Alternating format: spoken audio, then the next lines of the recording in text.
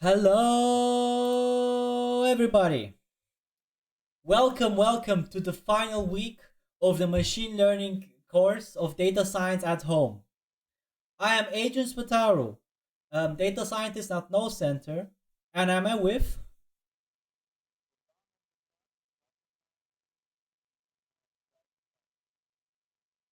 And in this final week, we're gonna combine everything we learned from the past weeks into one final project. And we're gonna explore this today. But before we start, as always, we're gonna use ahaslides.com/week5. Gonna write it also in the chat. This day I'm on my Windows lab computer, so you will see some things live behind the scene. Because we will talk about some things which might be interesting for you. So let me write in the chat ahaslides.com/week5 and tell me how you feeling. Let me go back to the presentation. So Bogdan, how are you feeling? It's amazing weather today, right?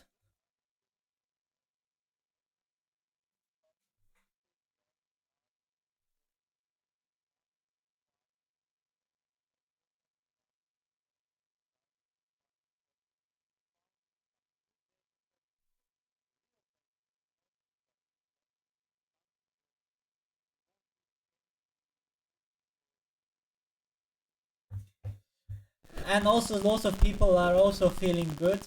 Some are actually sad. One of the comments mentioned awesome, but sad that the course will end. And Bogdan, I'm also. Oh, we don't hear Bogdan. Oh shit. Okay. Okay, we don't hear Bogdan. Okay. Okay, 1 second, guys. No Bogdan. That's very bad. We need Bogdan in our life. Can you talk, Bogdan?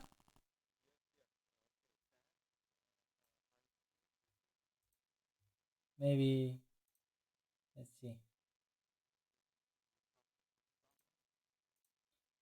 Yeah, that's why I don't like Windows, because these errors never happen. Let me see. Wait. Let me see. Copy and okay, talk, Bogdan. Talk. Check. Okay, people, please tell in the chat if the sound quality is good or not. Both mine and Adrian. Okay, I don't see anything in chat. I think people don't hear me. Oh, Yes. okay. Okay, yeah, now we see. Perfect. Okay, How perfect. about Adrian? Adrian, let's make some sound check for you. Hello. My name is Adrian. Hello. How's the sound quality, guys? Yeah, Windows. Why? Why are we doing this? Okay, Adrian is a little bit noisy. Oh. A bit of noise? Okay, wait, I can fix that. Yeah, that's Windows. That's why true data scientists use Linux. So you have a little peek behind scene. Okay, now how the streaming is working, all the apps that Adrian is using to stream. All the work what I do here to make the stream work. I don't know. Is the sound a bit better now? No, I think there's some noise going on. I think it's very noisy. Yeah, okay. People say yeah. So you see here some behind the scene what I do. Wait, give me a second.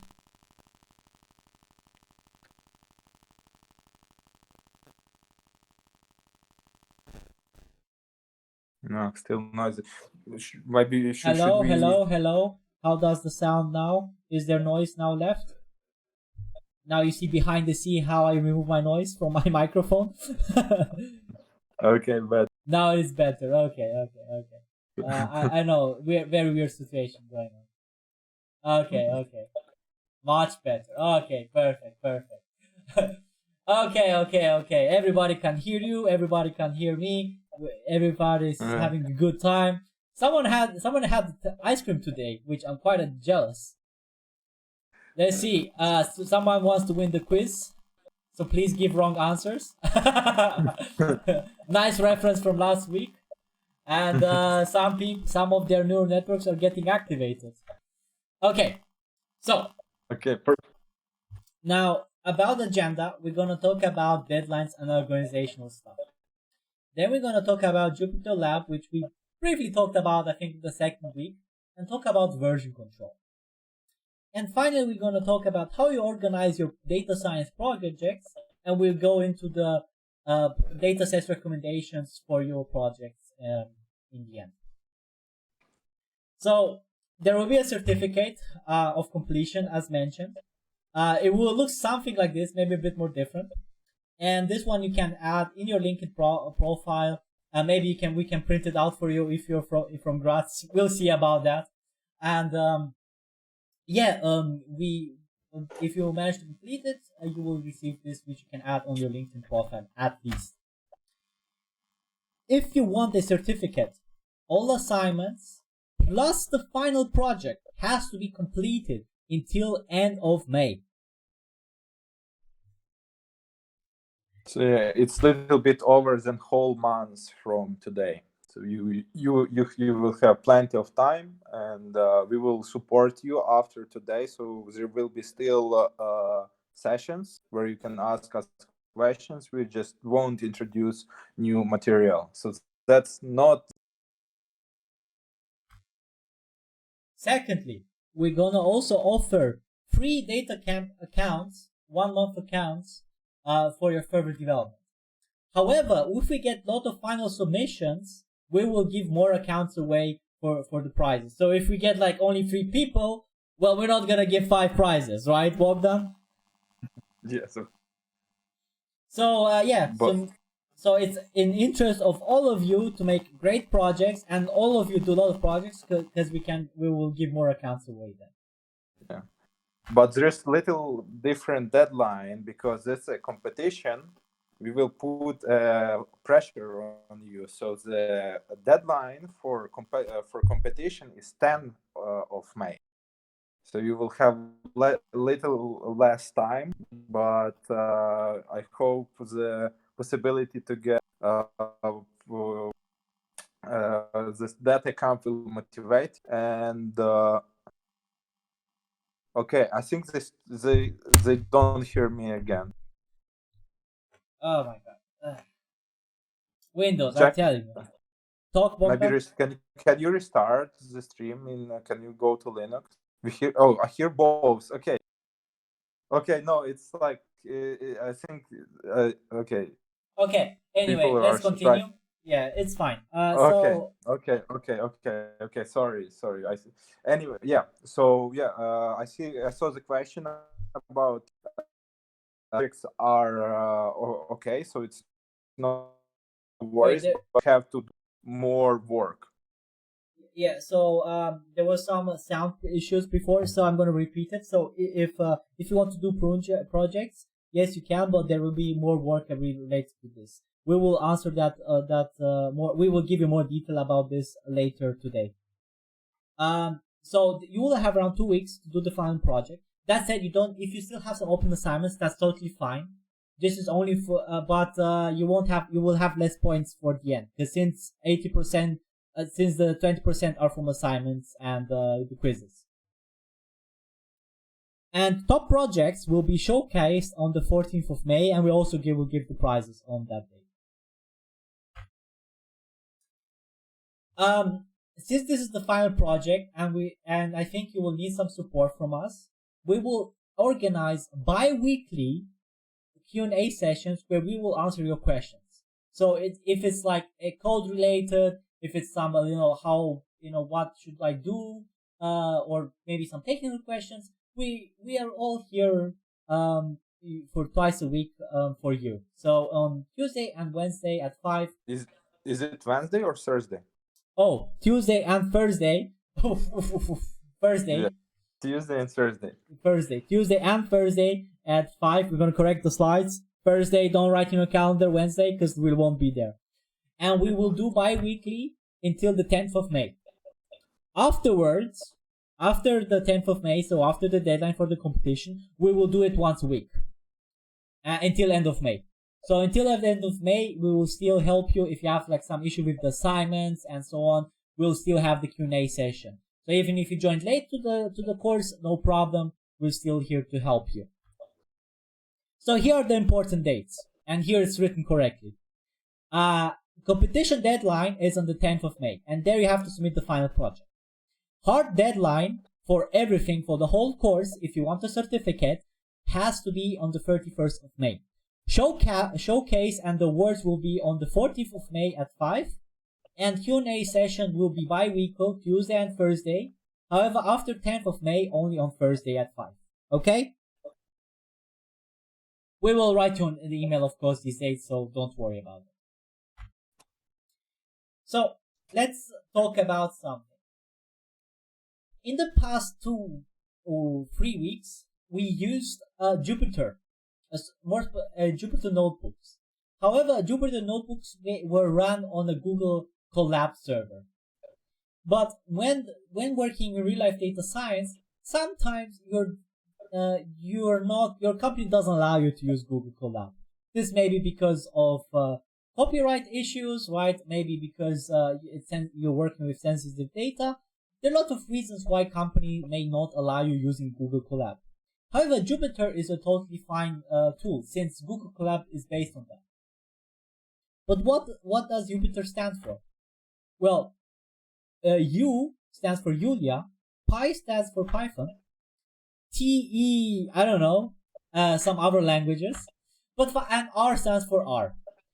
And Jupyter in past years has developed so much over the years, where we have a tool called JupyterLab, which is as powerful as Google Colab, but with more and more extra features. Bogdan, do you use JupyterLab? Yes. I don't know, like how can you be data scientist and not use Jupyter notebooks or in one or another form? And JupyterLab has also other features. So it's extensible and modular, so there are a lot of plugins. It's web-based, same as Google Colab, supports a huge range of programming language, and which we will definitely say it's amazing and one of the best tools. However, there's a tiny little problem. You have to install it by yourself.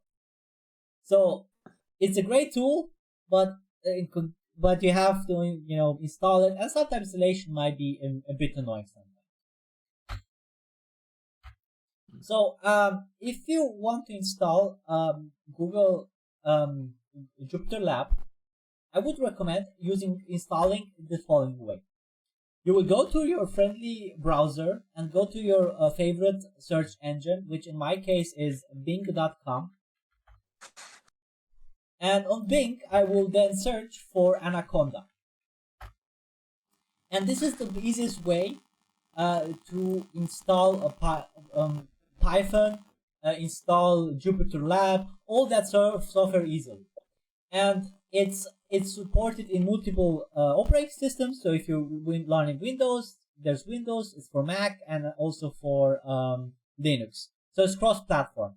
And yeah, just download the Python 3.7 version. And if you would look here, I will start the program.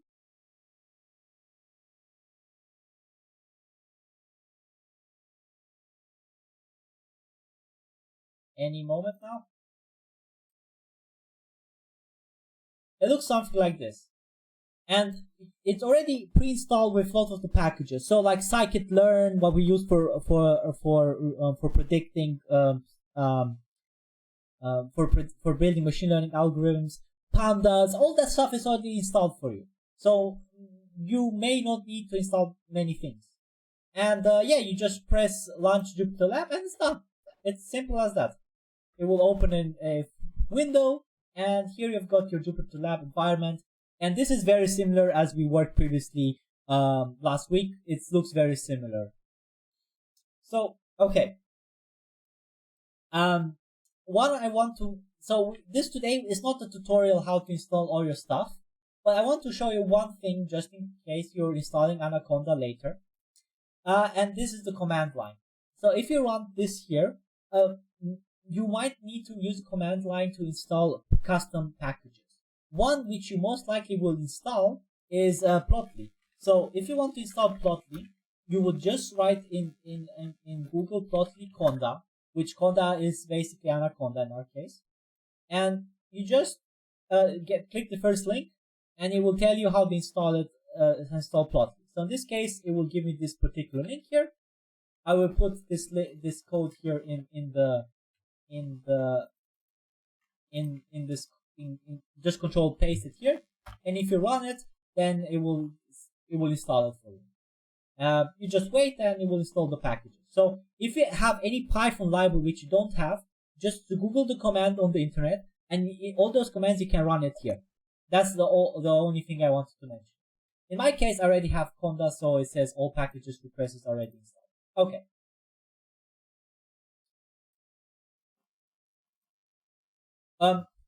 Also, after this course, we not this course because they're still going. We will say after this session, we will send you an email with instructions for multiple platforms, and so you have it running on your computer. That said, if you want to still use Google Collab, that's totally fine. But you will see in a moment there will be some issues with that.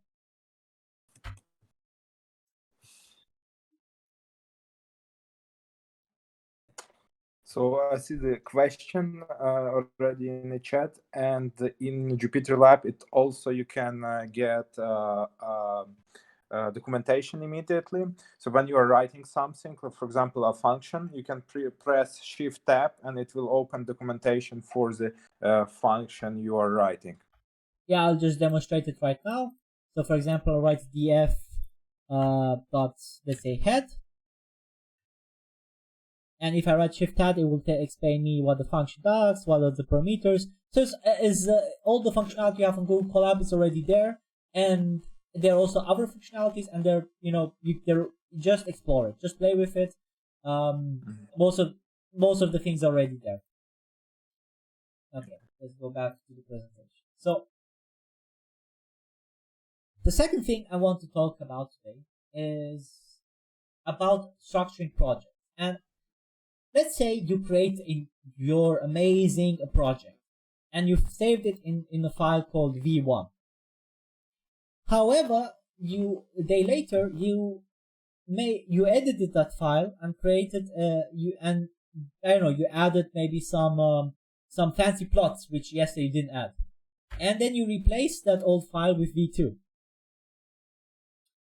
However, v2 had some error into it, and every time you run your v2 Python notebook, it crashes your computer.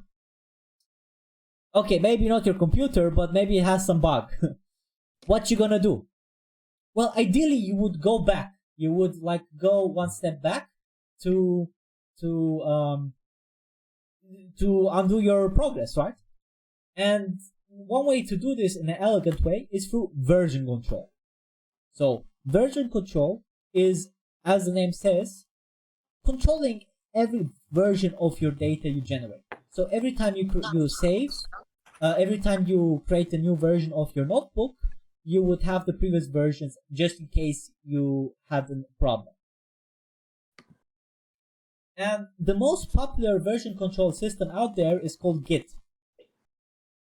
And now for those of you who use Linux, this part maybe we already assume you know Git, but this for users who are using Windows, and most of you maybe don't, or especially who are not developers, may never heard about Git. So this is Git.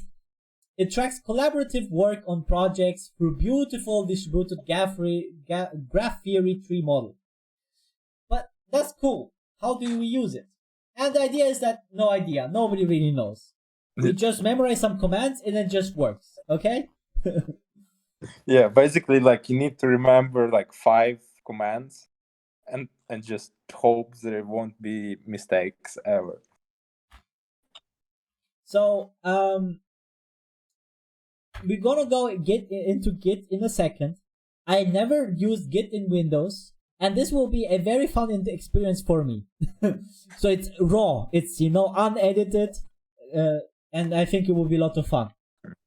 So yeah, and the reason why we are like telling all of it is because first, if you're gonna work work environment, everybody's using version control. So doesn't matter, like if you're in some way of development job and special data scientist, you will have to use it. And we want to introduce you, and the final project you will have to submit through. okay, so first topic we're going to talk is folder structure. Now, so far we didn't have any folder structure at all, but when you work in real life data science, you will have a lot of folders and you have to organize your stuff in a way. The first thing is you will create the folder data, and here you will create two subfolders. One is called raw and clean. So I have here a demo project which Bogdan and myself have created for you guys to look. And let me just make everything big. Hopefully this is readable. Let's see how big I can make the icons. Perfect, this is readable.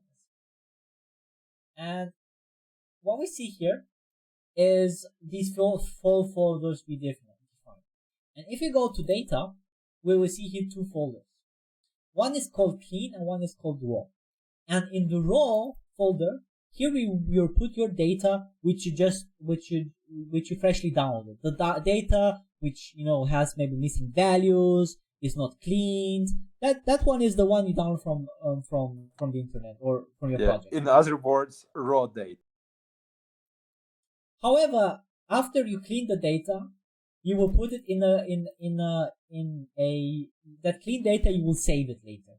Because once you clean the data, there's no reason to recreate it all the time. And therefore you create it in a clean, you put it in a new file. Why are we doing this? Why would you do that? Why can I just not replace my old file? Like if the raw data is dirty, I don't want it anyway. Why would we do that, Bogdan? Well, because sometimes you make mistakes and maybe you remove too much, and you need to go back and find something in the raw data. So the next thing are notebooks, and here we actually save our notebooks. So most likely in your project, I'm going to open it now in my JupyterLab, and here we see all the folders again. And if I go to notebooks, I see we have two notebooks. One is called cleaning. Let me zoom in. One is called cleaning. One is called EDA modeling. So exploratory data analysis and modeling. And most of the time you won't do the whole project into one, right? You will split it up. Maybe you would create 10 notebooks. Maybe one is cleaning.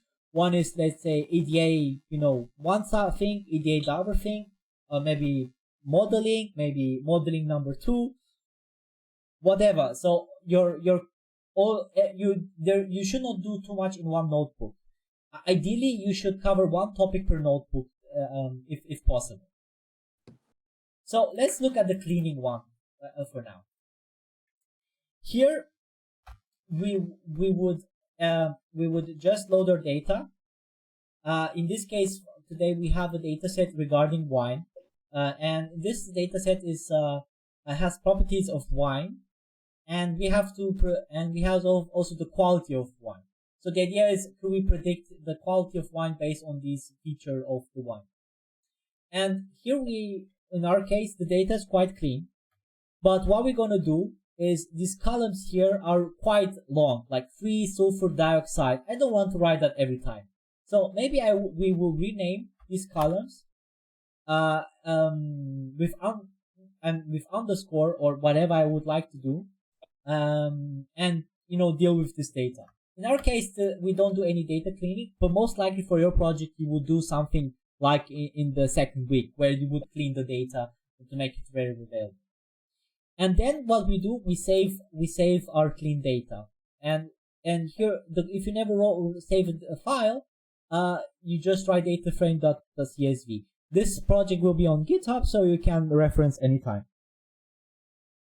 So now we know how to save files and like deal with the data and so on. How to structure our projects. Most of the time, this is not enough. What you will be also doing is reporting and also finding resource material.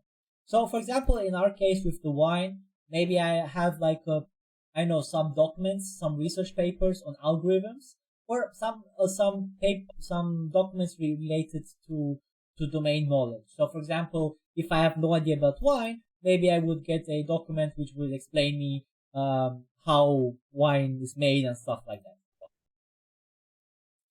And then in reports, you would put all your reports which you would present to your stakeholders. So, for example, if you did a presentation like in last week, this is what you would present normally. But also you could put like some notebooks there. That's also fine. But ideally you would transform it to an HTML file or a PDF, something like that, which could be readable by other people. Okay, and finally we have this folder models. And last week, I recall there was a question with that, right, Bogdan? Yeah, how to save more. So we learned how to create models, but we never taught you how to save them for later usage. And in this here, on this particular example, on EDA modeling, we do some data exploratory analysis. We do some plots, some statistics. And what we do then is we train a model, again, test split and so on. We make some predictions. And to save models, we would use something called Pickle. And Pickle is a library which allows you to save Python objects into files. So in this case, the model itself is a Python object. And with this, the way you do it is that you would take your model. Let's say we have here a model called regressor, we should maybe explain what is random forest regressor. We will come back in a second. Let's explain it. It doesn't matter that it's regressor. Yeah, any model. It could be any particular model, and it will save your model will be saved in a variable anyway. And that variable you would call by writing pickle.dump, which will say I want to dump this Python object into a file, and then you would write this command here, which will tell you, okay, create me this file or open this current file if it's like already existing, and write me this particular model into there. And what you would do then, how this works is that the open command tells you, okay, where is the file located? And this VB stands for writing bytes, because we're writing raw bytes into a file. So let me do this. Let me run all the commands on the notebook, because since I open it fresh, and let's run everything. Okay. And here we actually won't save it. We save it in the folder called models. So we go in models and we save it. And if we go now into the folder models, we will see here a file.model. And this is how you save models. If you want to load it later, maybe in another notebook you want to do some predictions or you want to run it in production, what you could do is load it. And you can write pickle.load, and you just say, okay, this is my model. I saved this file, load me this file. And what we write here is RB, which R stands for reading instead of writing. And then we can load this model, maybe do some predictions, and that's how you can do it. Okay. So this is how you should structure your project. And such a folder structure we expect you to have for your presentation, for your final project. Yeah, because it makes the life much easier, especially when several people work on one project. What is where. Especially very good advice I would say if you are working in team, when you name your notebook, name it with your initials. So if you would work with Adrian in same team, I would create my or like have a separate folder, or put like I would write 1 BA data cleaning, because it's better that everybody work on separate node, because it's much easier. And if Adrian would need to work on my cleaning notebook, he will just make copy of that cleaning notebook and make his changes. Yes. So in your case, Bogdan, let's say this is one BA.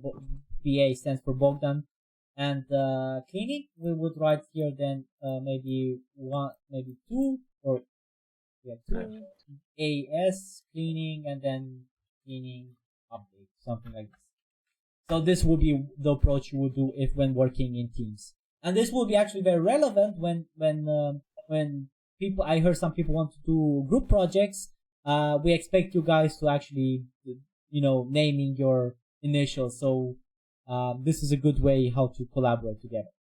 Okay.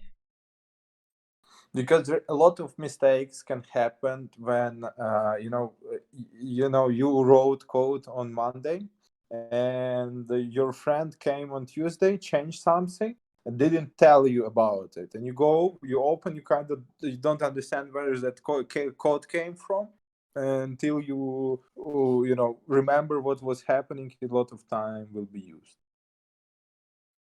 How can I get access to assignments? Assignments are online on our website.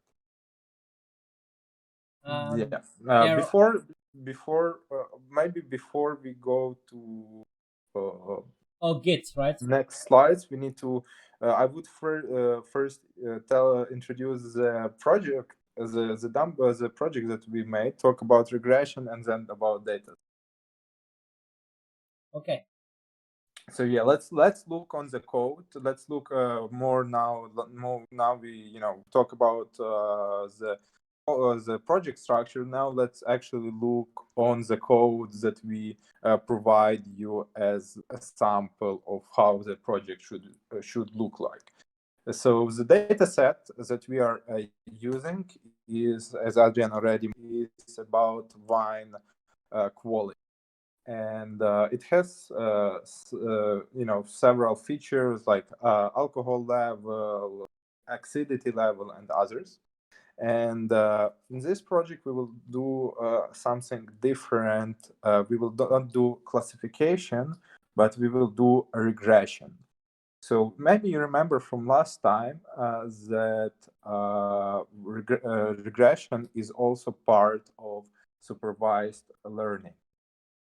So the difference between classification and regression is that for classification, you have a fixed amount of labels, and for regression, you have actual numerical values, which you want to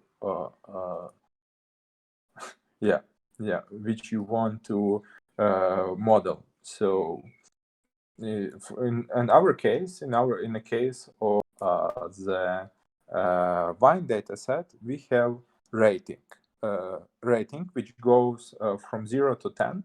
So we are not making 10 classes. We just want our model to say, like, to predict rating. Is it 5.5, some 6? So the model will give us numerical values. And we will do this with also with random forest. It's very similar to classification. Just instead of returning you a label, it returns you an actual number. So let's do it step by step, and let's go back to how. To data exploration. Yeah, with data exploration, we would skip today because plotly I couldn't make it plot. Okay. Okay, so no data, but you can watch later on GitHub the exploration and the fate, like understanding the features of maybe the feature engineering perspective. But for now, I think it's like this is things you already kind of know from last assignment and from previous assignment from the last 2-3 weeks. We already expect you to understand most of the stuff of the notebook. In case there's still unclarity, of course, we have the Q&A session to clarify this stuff. But I think we could go now to looking how to make to use Git, and then afterwards we can go into the project data sets. What do you think, Bogdan? Well, let's finish talking about regression probably. Yeah, so the thing that is new here is regression. And so if you remember from last time, we used a random forest classifier. And here we are using random forest regression. And otherwise, everything, we create our model regressor. We do, again, fit, X, train, Y train, similar as in the case of classifier. And the difference, as already said, you don't get, when you predict, you don't get class, you get a number. And that's why your test, the evaluation is a little bit different. So for evaluation, you use metric which is called mean squared error, which is very easy to understand. That's a difference between your prediction and actual label squared. Why we are telling you about regression is just in a case if somebody will be inspired to, if you're wanna use a data set that your own data set that we don't, not the ones we selected, so you know that it's also possible. But in all data sets that we will recommend you to use, you will use classification. So don't worry if you kind of not getting what regression is. It's just an example. So so regression, if you just need some examples, if you want to predict like the housing prices, that's regression. Anything which is predicting continuous values, then that is regression. Anyway, I think now we should talk about Git. Yes. So for Git, you can install Git if you go to so Git. Let's open this. What is it?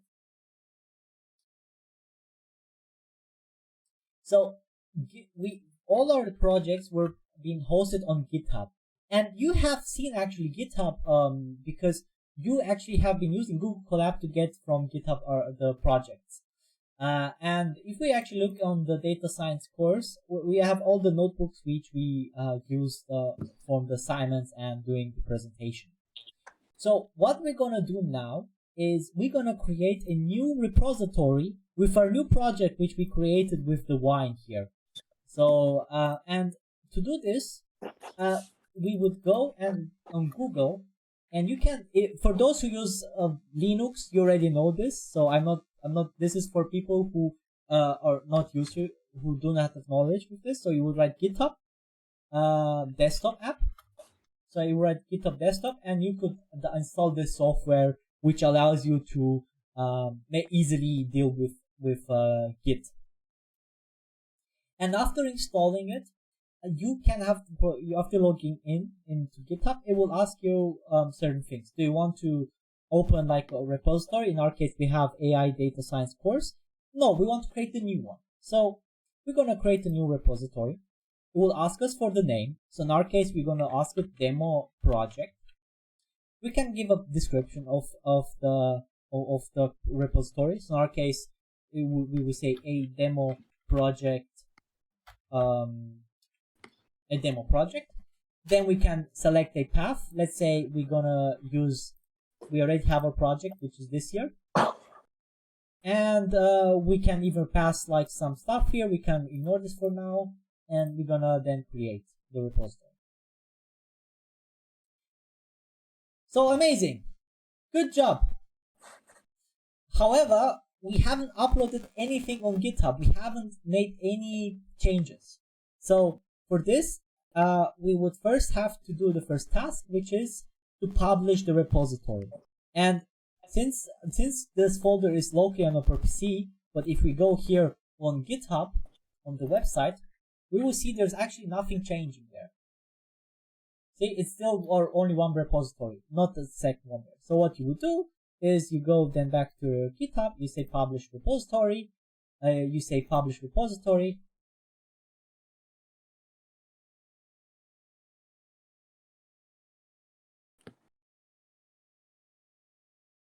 and now if we refresh, we will see our data science project. And in this case, there's nothing into it. And now if you want to add objects, you can add them. So the way you do this is very interesting, because I'm trying to figure out this in Windows, how you do this. As I personally use Linux for my daily work.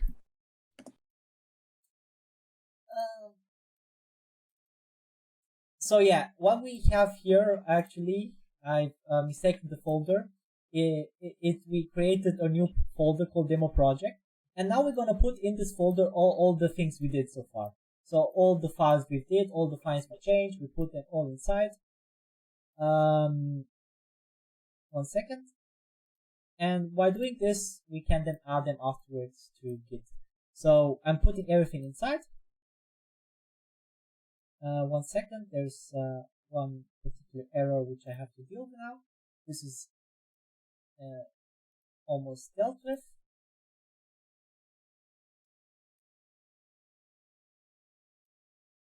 Okay, I'll do that later.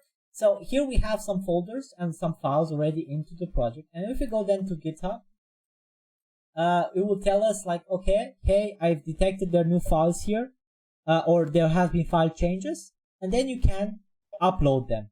So in our case, we could save a description. So add initial files, and then we just write commit to master. And what happened is that if you go now to GitHub again, we would see then those extra files in the project. Anytime.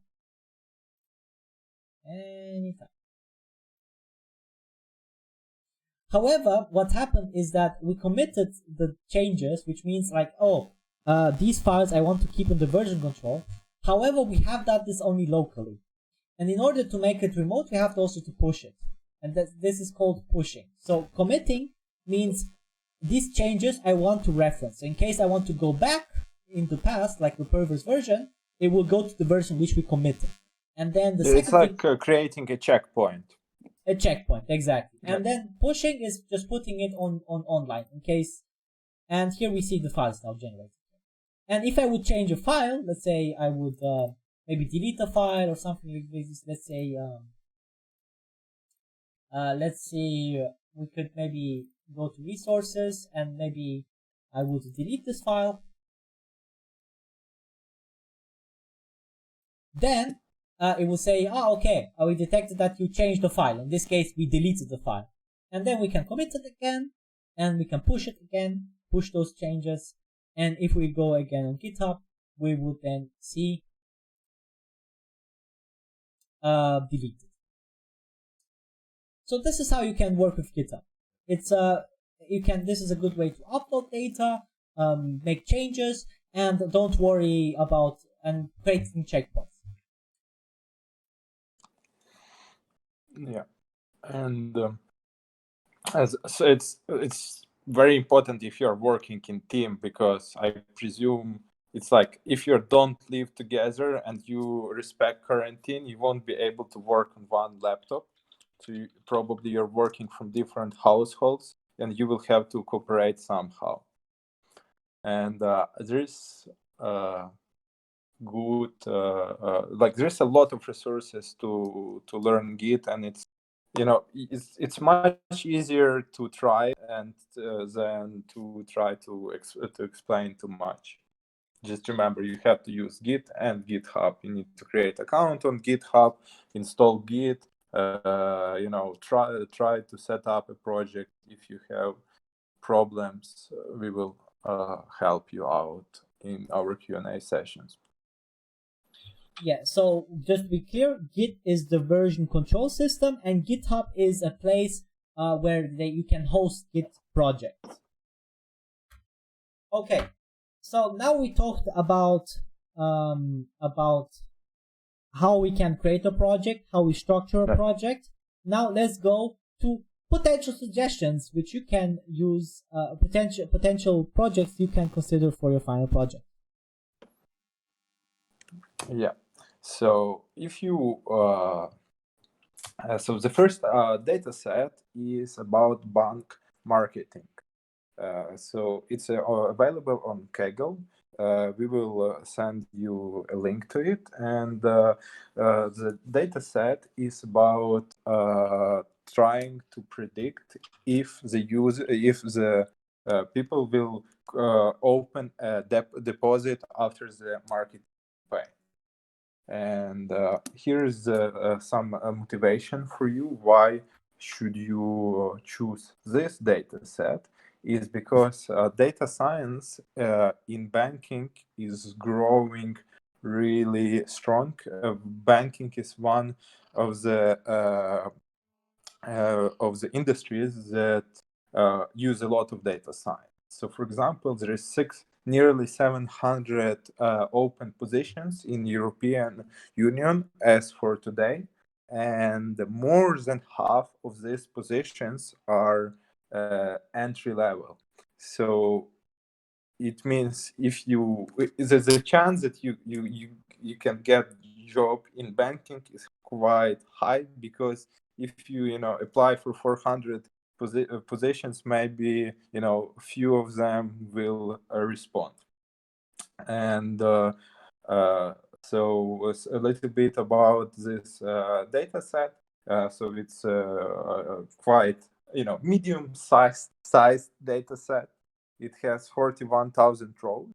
It has 20 features and one output attribute.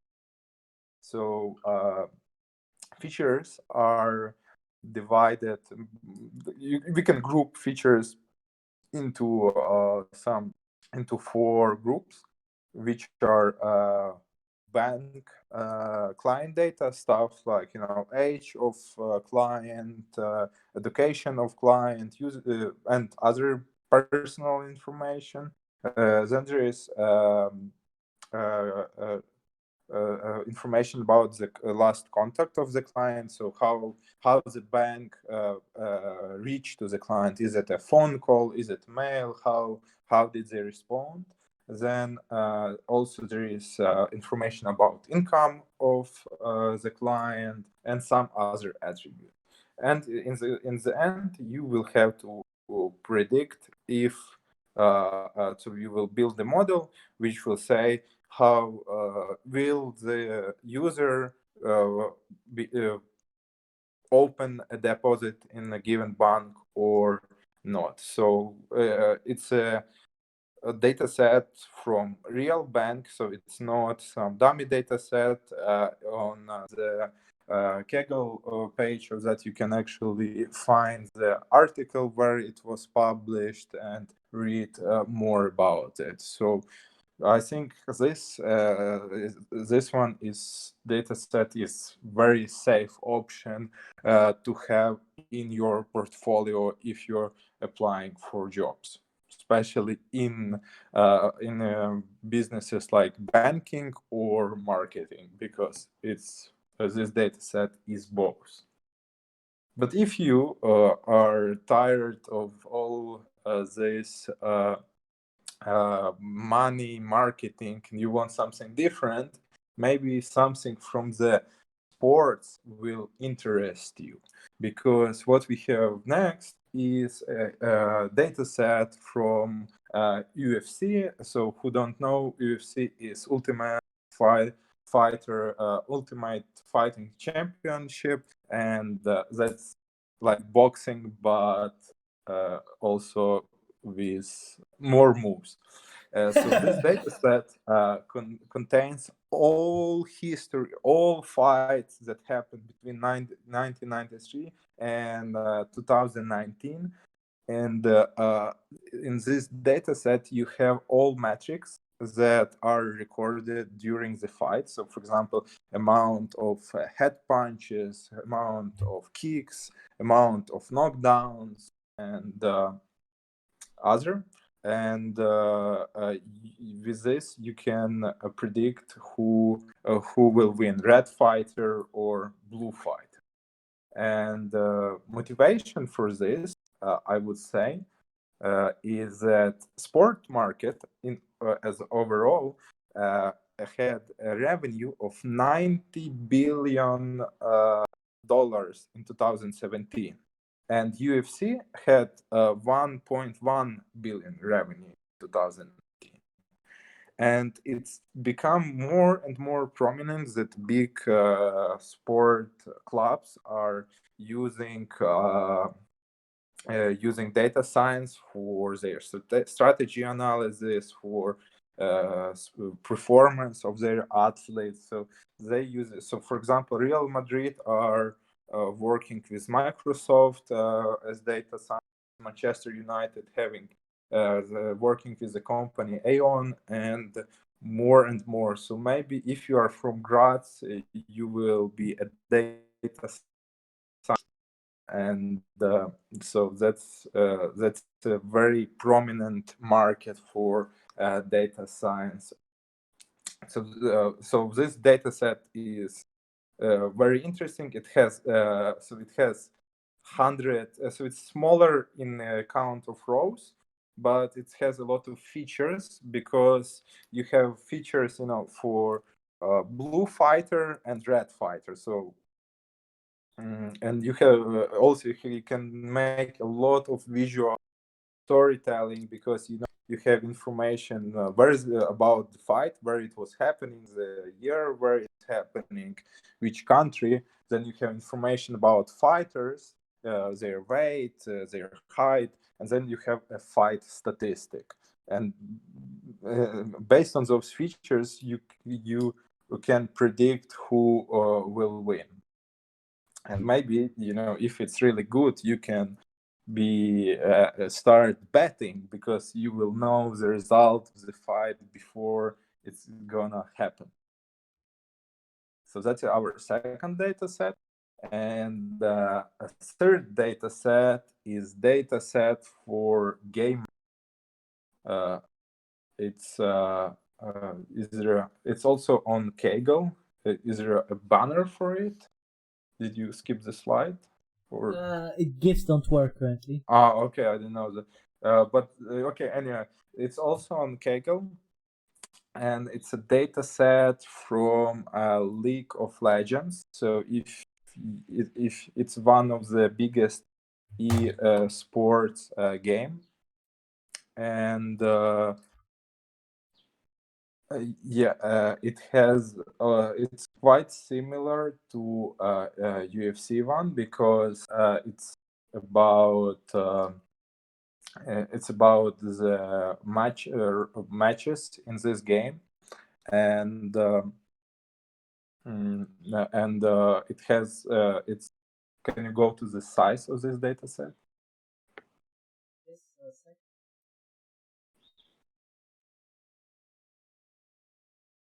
Yeah. So first of all, there is three files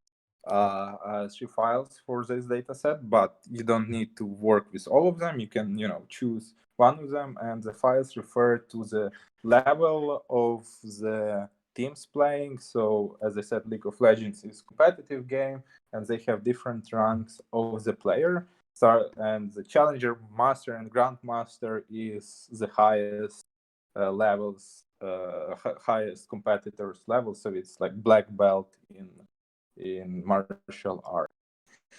And you have 50 features describing different match statistics. The problem with that, if you're not familiar with game, those features maybe you won't understand the features as good as a person that plays the game would understand. But it's often happens that as data scientist, you will work on something that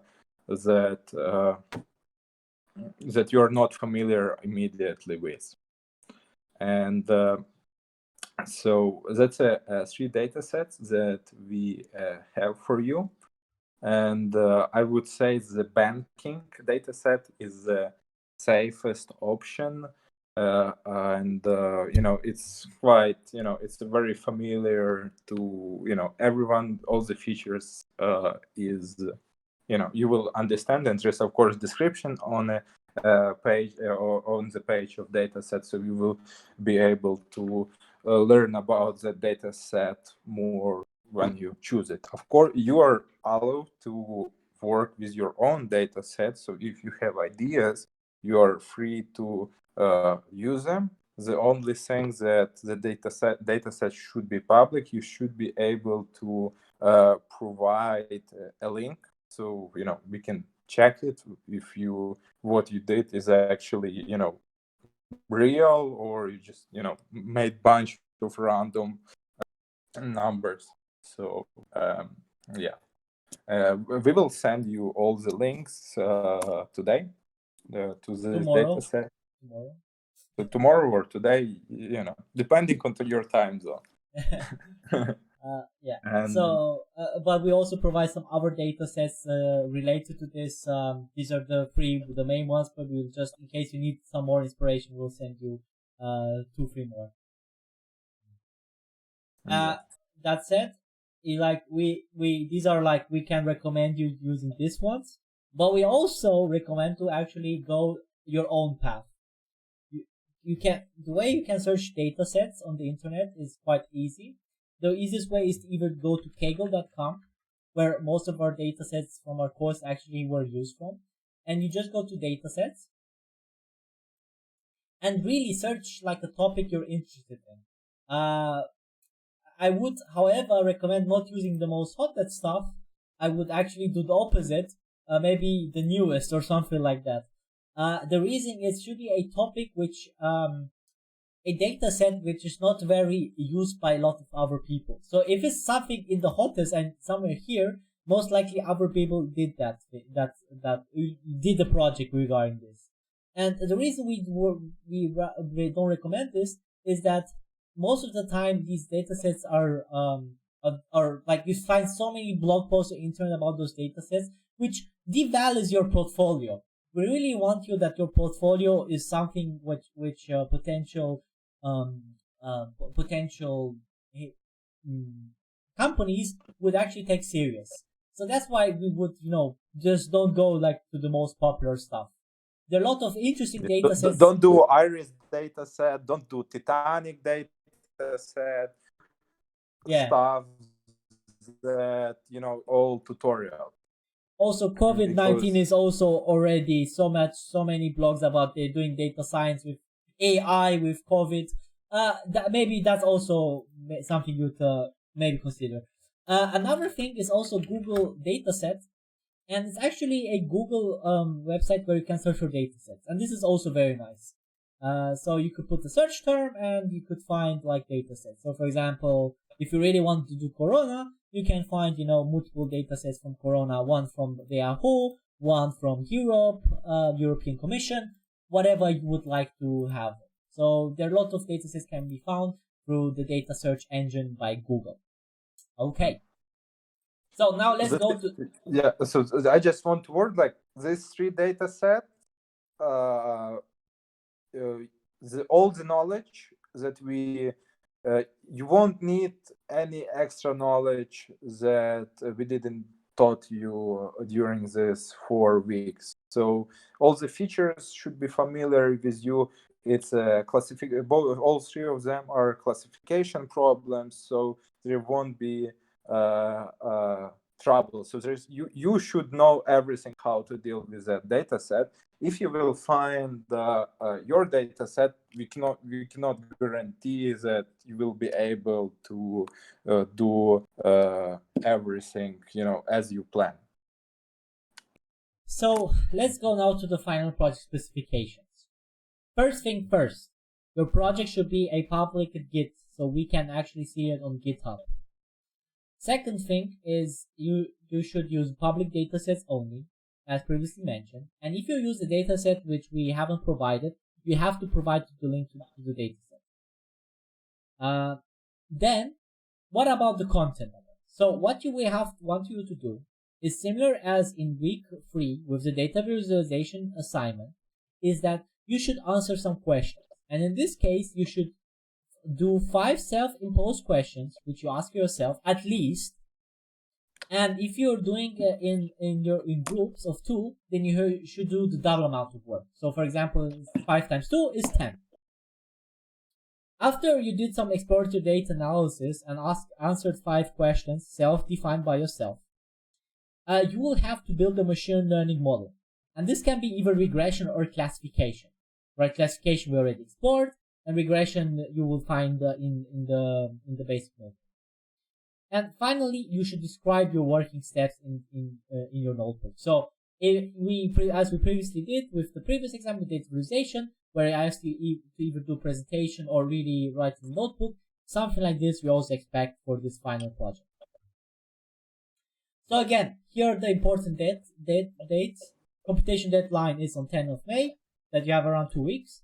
Hard deadline, if you want the certificate, is 31st. But hard deadline is for everything, so all the assignments. The showcase and award will be on 14th of May, and Q&A session will be bi-weekly, Tuesday and Thursday, but after 10th May, it will be only Thursday. So let's answer some questions. There's no Q&A slide, which I will add right now. And you can ask now some questions. So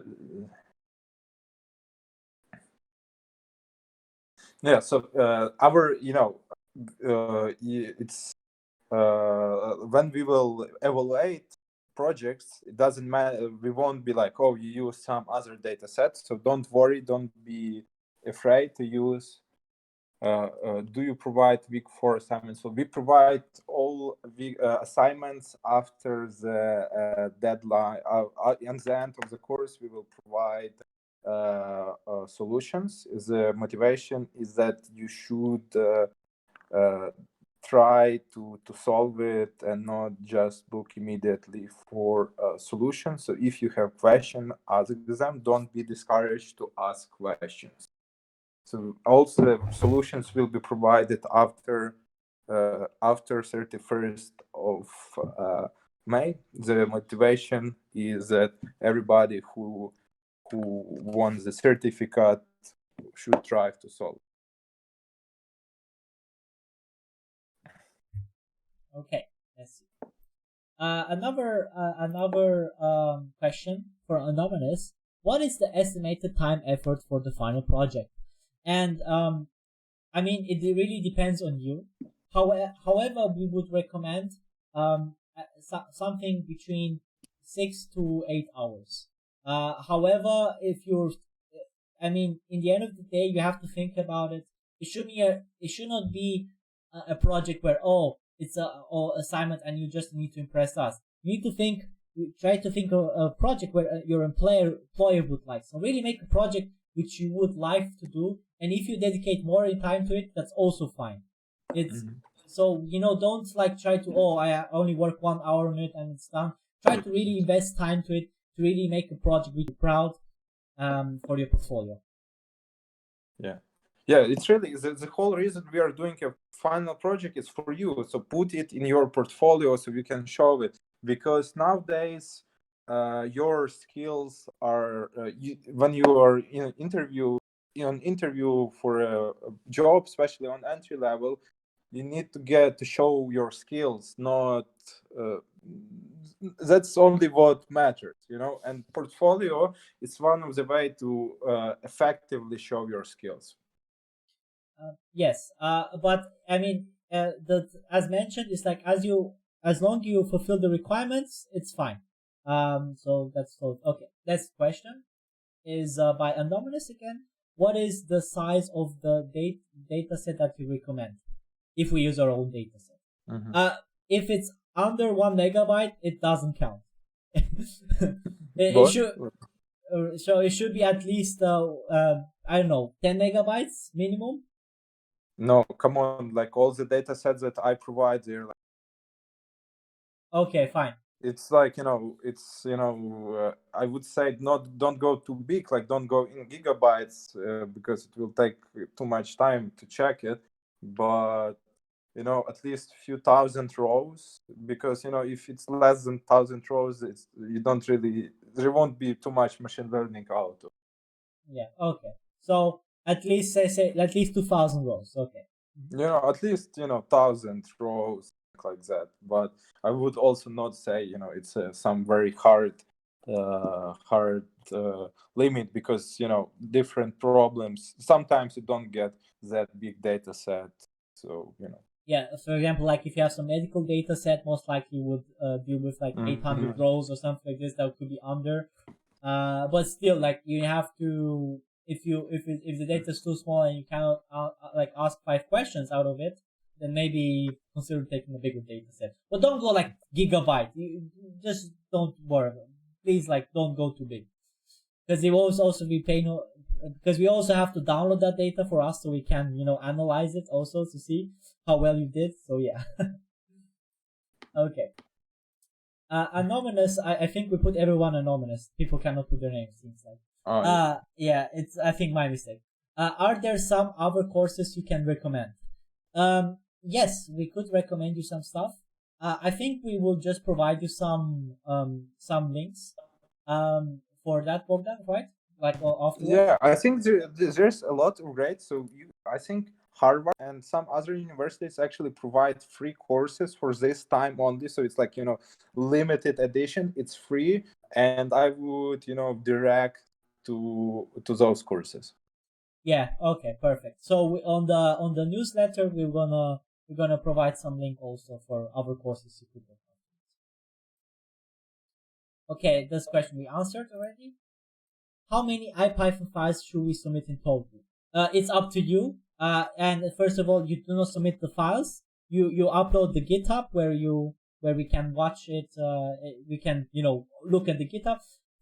So don't send us Python notebooks. And how many, it's up to you, but we recommend that since it's like a project, again, for your portfolio, maybe it makes sense to separate the data cleaning from the exploratory data analysis from the modeling. So I recommend doing 3, where the first one is cleaning, second is exploring the data, and the last one modeling. But it's up to you. If you want to do it into one notebook, who am I to stop you? So yeah, and also please provide README file. So you can create a README file that says like the goal of your project, so we know. Yeah. So in case I'm just gonna show you, in case you don't have this, let's see if we have here. Here are in our project page. We don't have README. Normally, if you go to GitHub, it says like add README. If you write README, you can add here. Yeah, there is a button add README. Yeah, and you can then here's some description, and you would write some description in. Okay. Next question is from autoencoder, I think, or AE. If there's a team of 3 and they did well, will they get 1 DataCamp subscription? So should we allow more than 2 people? Yeah, I would allow like as much as you want, as long as you increase the workload. Okay. So for example, if you are working as 3 and you take, for example, League of Legends dataset, I would expect you to work with all the data. Yeah. In this case, but regarding the price, I'm not sure. Can we provide more than 1 DataCamp subscription? I am also not. I think we should do. I cannot promise that. We cannot promise. We cannot promise that everybody, if you work in team, it will be at least 1 per team, but we cannot promise more for now. More because Okay. There's one question which I would like to answer before, because they're all voted equally. There was one question with KDM2 which I want to answer. So these are for the students. The question is, so at the beginning you said that we could use this course as equivalent to KDM2 or our courses. How does this work? So this is actually for now, KDM2 is for winter semester. But if you do the NLP course with the data team, then you can this basically is I think half of the SDS you can get. So you have to do also one final project I think there, which is independent of this, and you can get the SDS for that. The way you have to do this, you would have to go. I think the course for this semester is NLP. So you go to Roman Cam, Natural Language Processing. Okay. Damn it. Okay. There is this course from Roman Cam. I'm trying to find the course. Natural language processes. So the website is down. Okay, interesting. But you can find it on TU Graz, and if you haven't tried to register, I think it's quite late if you didn't register for the course now. But if you manage to get in, then you can then do the first assignment, which is with the data team. Where is it? I can't. The page is not working. But basically, half of it you can get the thing, but you have to do one more project there if you want to get the CDS from for this. But yeah, just look at natural language processes, and you can look that afterwards. Okay. Do you know an easy way to getting data from MongoDB to Pandas? Yeah, I want to address this question because if you put this exact phrase into Google, you get a Stack Overflow question. Okay, let me put with this answer. So that's the thing. It's like when you're working on something, put your questions in Google before. It's not. I'm not shaming anyone for questioning. Is the thing is that most of mistakes that you will do, I already did and Adrian already did, and a lot of people did. There is such amazing website called Stack Overflow where people post their questions regarding all the development projects, and 95% of the time your question is already. So yeah, just Google your questions. Don't usually you get an answer, and if you cannot find the answer, then don't be afraid to ask. So don't be discouraged to ask, but also remember to Google your. Yeah, but to answer his question, you could use the library called PyMongo, which I also use, which allows you to connect to your database and then read your data through a new data frame. So yeah, you could. There's this library called PyMongo for this. Okay. But yeah, it's like most of the stuff you can Google, and that's fine. Okay. What knowledge courses and you can, and just want to show like you can Google just sentences for pandas, like panda, how to find in pandas biggest value, and it will give you the answer. So even if you don't know often, you can Google even when it's a little bit rephrased. Okay. So the next one is from Yes We Can. What knowledge courses our skills are needed to apply for junior data science position? And for that, it's really dependent on your job most of the time. But because some of the course for some of them, like, oh, we want a data scientist who has knowledge, let's say, in natural language processing. PhD. Who has PhD? Yeah, we want junior position with 10 years of experience. Maybe those you should not apply. But on a more serious note, is I think the main, it's really dependent on the job. Some require some specialization. But in every day, as like the bread of butter is like if you can process your data and answer questions with your data, you're almost there. That's like if that's the most valuable skill I think as a data scientist, especially as a junior data scientist should have. Yeah, I would say like if you feel comfortable with pandas and scikit-learn, then you can apply. Yeah.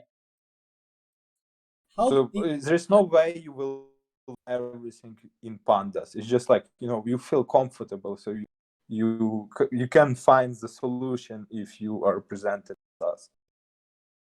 The next question is from Anonymous, and the question is, how did it feel, guys, at the end of this course? Do you plan to do more courses in future?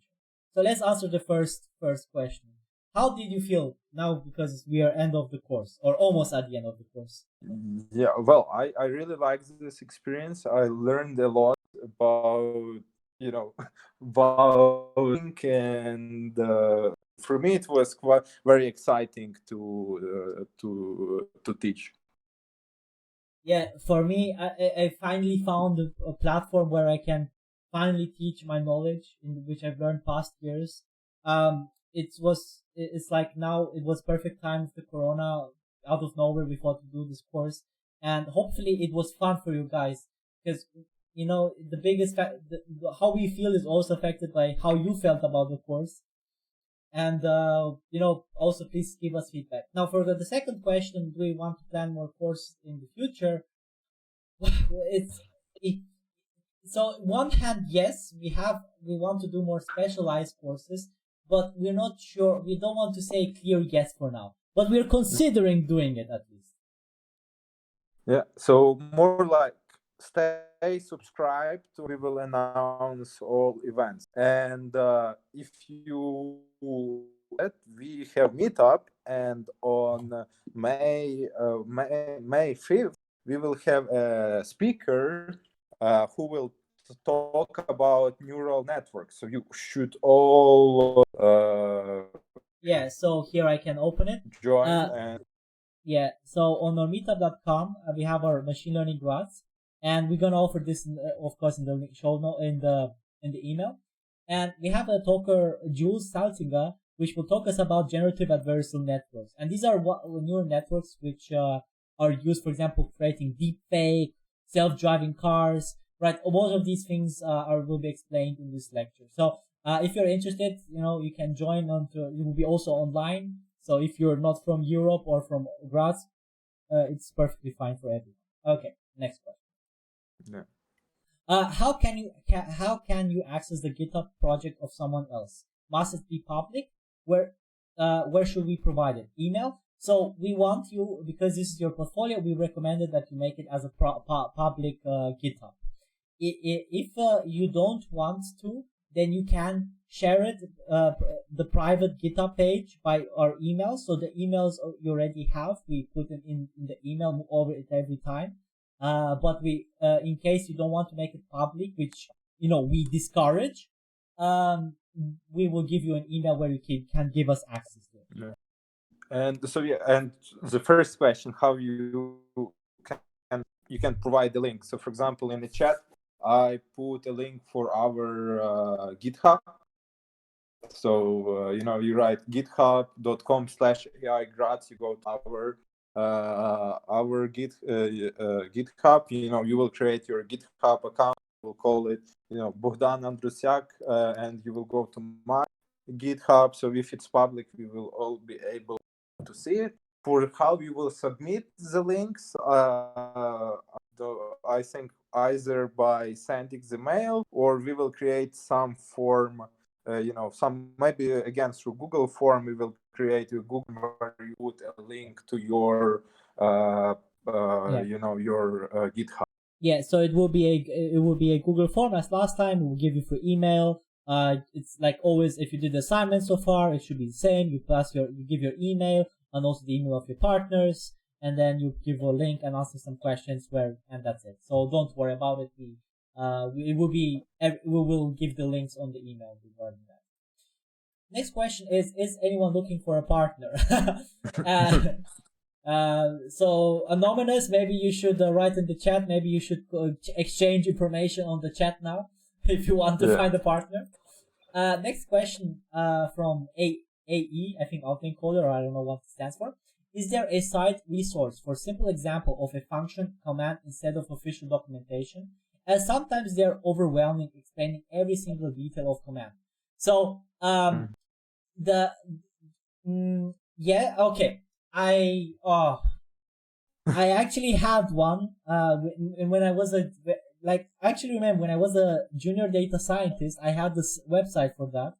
It's actually not an official website. It's a blog from a certain person, which is searchable for a lot of commands. But I really forgot how it's called. Let me write this down, and I will follow up later regarding this. So there are websites, but unfortunately, I have to check them up too because I forgot. Uh, but yeah, there are. I can provide you some later. How many hours preparation per week did you have? Okay. Oh my god! In the beginning, it was like so many. Yeah, it was more at the beginning. Yeah, the beginning was a lot, but afterwards it was less and less. But I think we invested so many hours. I don't know. For the first week, definitely, I think over 10 hours per person. I think Yeah. over even more. Yeah, it's basically like weekend, Saturday, Sunday. We would do this. Yeah, Then final touches. yeah. We do Big all. day. Yeah. Bogdan, wait. There's some sound error. I'm gonna repeat it. What Bogdan said. Mhm. So we did it in weekends most time, and yeah, and final touches we would do before first if there was something next thing, which is not a question, but I'm gonna read it anyway. Thanks for the awesome course. I'm gonna miss you guys and hope there will be a follow-up course. So if you still want to hear from us, next Tuesday we're gonna have a Q&A session. So if you want to if you don't have no question and just want to talk, we can also talk. But we hope to have your questions because we want to see you working. Yeah, we rather prefer you less procrastinating and doing data science.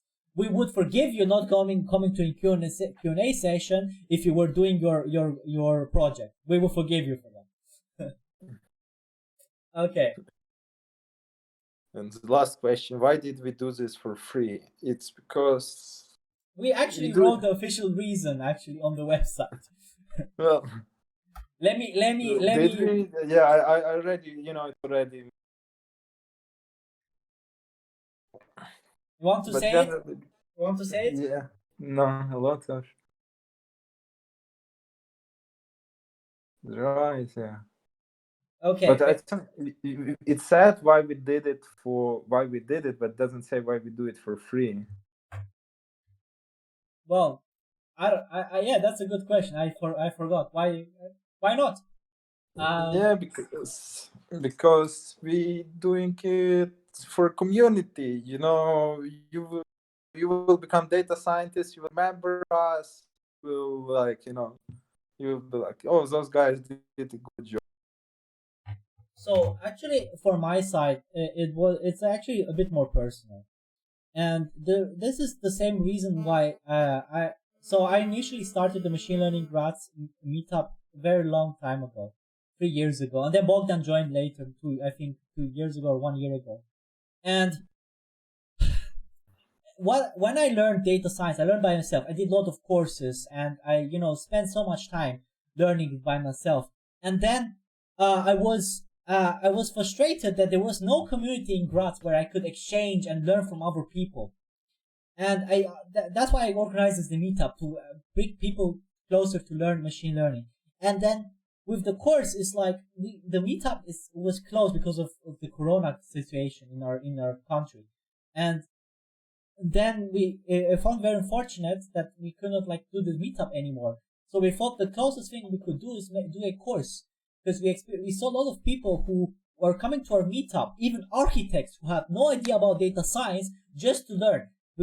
And they reminded me when I was in my early days trying to learn somehow to exchange with people, and I think this is why is it for free. So this is my reason. Yeah. Another non-question, but I'm gonna read it anyway. Merci. Oh, thank you very much. Yeah. Okay. Will the Q&A sessions will be published on YouTube? Yes, they will be published on YouTube.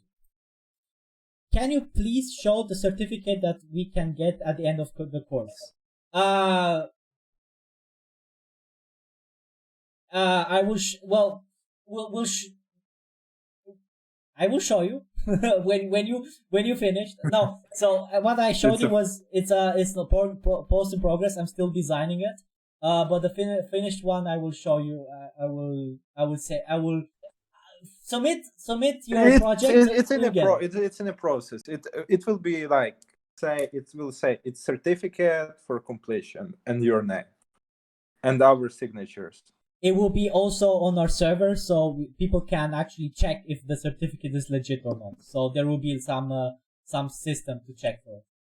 I am looking for a partner, but I don't want to share my contact details here since this course will be published on YouTube.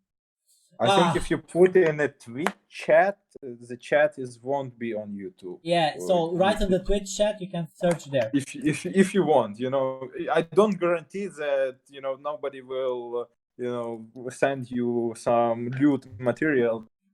Twitch chat is an option if you're looking.